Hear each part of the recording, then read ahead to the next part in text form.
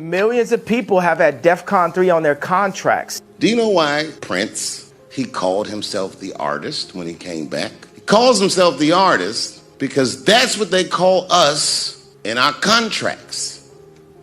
Oh, these contracts are crazy. You should hear the terminology they say in these contracts. To use your name and likeness in perpetuity throughout the universe.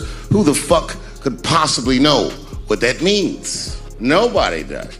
It's so complicated, in fact, that when you're a kid like me, you have to hire somebody to tell you what that means. The Elites were sent away in disgrace by country music sensation Oliver Anthony. They thought he was just another ignorant artist who was not well informed of their hidden agenda of controlling and manipulating artists when they signed their contracts. After the viral hit Rich Men North of Richmond soared to #1 on Apple Music's global charts, the agents of the devil went running after Oliver's signature, but they were met with disappointment as the country music sensation rejected an offer of $8 million. This might not mean much to everyone, but people like Dave Chappelle and Kanye West, who have experienced the hardships of Hollywood, were extremely happy and satisfied by Oliver Anthony's move. Dave Chappelle and Kanye West have been shedding light on the issue of exploitative contracts that have long plagued artists.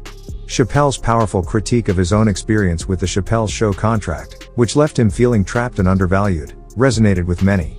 He highlighted the lack of autonomy artists often have over their work and profits, emphasizing the need for equitable agreements that prioritize creators' rights and fair compensation.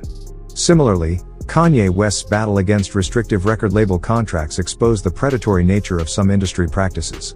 He once even exposed that there are contracts out there that specifically state that an artist is never allowed to mention the name Jesus.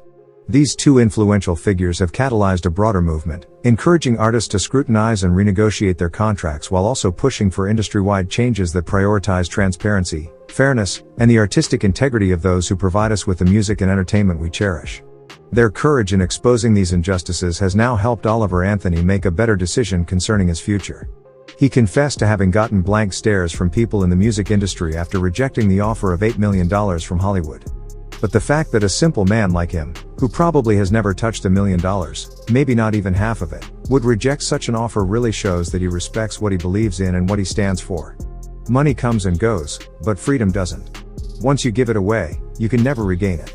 When the Elites went after Kanye West, we saw how many celebrities went quiet, not because they were in support of the Elites but because their hands were tied and they couldn't say anything because they were scared those selfish people would do the same to them. Congratulations, Oliver Anthony. Guard your freedom jealously.